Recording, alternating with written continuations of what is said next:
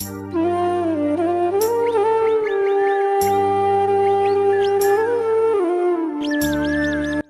Morning বন্ধুরা, কেমন আছো তোমরা সবাই? আশা করছি যে যেখানে আছো সবাই খুব ভালো আছে, সুস্থ আছো। Welcome back to my channel. আমি টুকুন লাইফস্টাইল ডেলি ব্লগে তোমাদের অনেক অনেক স্বাগত জানাই।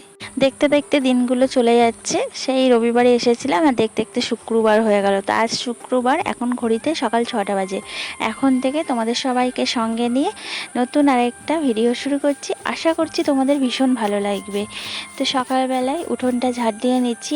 আর আমাদের বাড়ির উঠোনটা ভীষণই বড়, বাড়িটার চারিধার ঝাড় দিয়ে পরিষ্কার রাখতে হয়। তো উঠোন ঝাড় দিয়ে এসে দেখি মা কাকির বাড়ি বসে গল্প করছে। তো আমিও চলে এলাম, এসে আমিও একটু বসে পড়লাম গল্প করতে।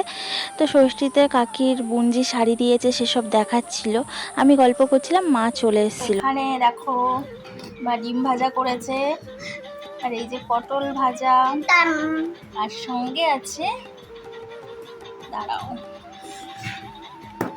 দেখাচ্ছি,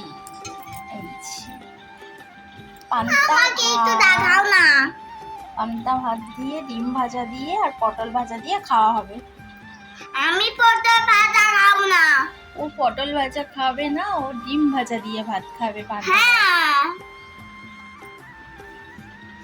তো এই যে এখন সকালবেলা টিফিন দেখো পিঁপড়ে। থাক, ফেলে দিতে হবে। কাঁচা লঙ্কা, কাঁচা পেঁয়াজ আর পান্তা ভাত, আর সঙ্গে ডিম ভাজা আর তো আমার দুষ্টুটাকে খাইয়ে দিলাম, ও খুব তৃপ্তি করে খেলো। পান্তা ভাত, জল দেওয়া আর ডিম ভাজা। বাড়িতে দিই না, তবে আজকে অনেক ভাত থেকে গেছিলো, তার জন্য মাকে বললাম আজকে সকালে সবাই পান্তা ভাত খেয়ে নেবো। আর এই যে সবাইকে দিয়ে আমি বসেছি খেতে। একটা ঝাল নিয়েছি, ঝাল ঝাল দেখে, সেটা বেশ করে ভাতে মেখে নিলাম। আর একটু বেশি করে জল নিয়েছি। পান্তা ভাতের জল খেতে না আমার ভীষণ ভালো লাগে, ঝোল ঝোল পান্তা ভাত না হলে কি ভালো লাগে। আর পটল ভাজা, ডিম ভাজা নিয়ে বসে পড়েছি। তো এটাই সকালবেলায় সবাই টিফিন করে নিয়েছি। আজকে আমি তোমাদের আমার ভাইয়ের সঙ্গে পরিচয় করে দেব। এটা হলো আমার ভাই, এইটা আমরা এক করে তোমরা প্লিজ কেউ কিছু মনে করো না, আমার ভাইটা একটু অন্যদের থেকে আলাদা, ও অন্যদের মধ্যে স্বাভাবিক না, তার জন্যই আমার বড় দুঃখ। তো অনেকদিনই ইচ্ছে ছিল তোমাদের সঙ্গে আলাপ করিয়ে দেবো।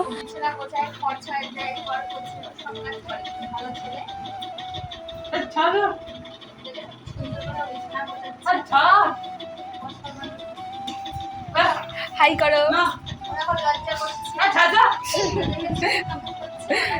হাই করো। আমার ছেলেটা খুব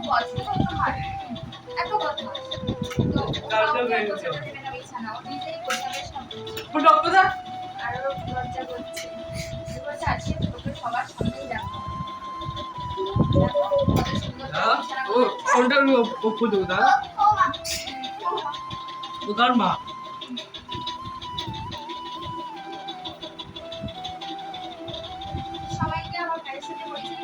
তো তোমাদের সবার সঙ্গে আমার ভাইকে পরিচয় করিয়ে দিলাম। ভাইটা যদি অন্যদের ভাইদের মতো হতো, আমার সত্যি কোনো দুঃখ আফসোস থাকতো না।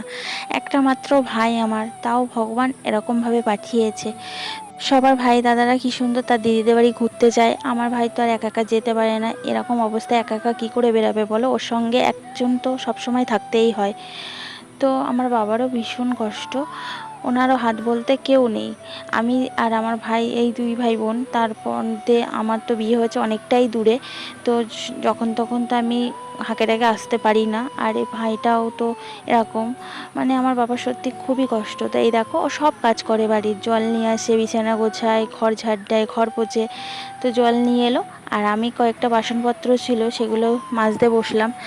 তো অনেক স্বপ্ন ছিল আমার একটা ভাই হবে, ভাই হবে। তো ভগবান সেই আশাটা পূরণ করেছে, তবে একটু অন্যরকম ভাবে করলো। যদি অন্যদের দাদা ভাইদের মতো স্বাভাবিক হতো, তাহলে আর কোনো দুঃখই থাকতো না। জানো, এরকম অবস্থায় না কেউ দেখতে পারে না, সবাই যেন কেমন একটা চোখে দেখে, কেমন একটা করে।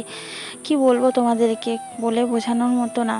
এরকম মানুষদের কেউ মানে পাত্তাই দেয় না, ভালোই বাসে না। জানো, বড় কষ্ট হয়, দুঃখ হয়, ভাইটার জন্য না খুব চিন্তা হয়। জানি না ভবিষ্যতে ওর কপালে কি আছে। তো যাই হোক, স্নান করে নিয়েছি, আর আমার মেয়ে দেখলাম এদিকে পুজোটাও দিয়ে নিয়ে। চলো আজকের ভিডিওটা এই পর্যন্তই রাখছি। ভালো যদি লেগে থাকে লাইক করে দিও আর কমেন্টস করে জানিও আমার ভিডিওটা কেমন লাগলো।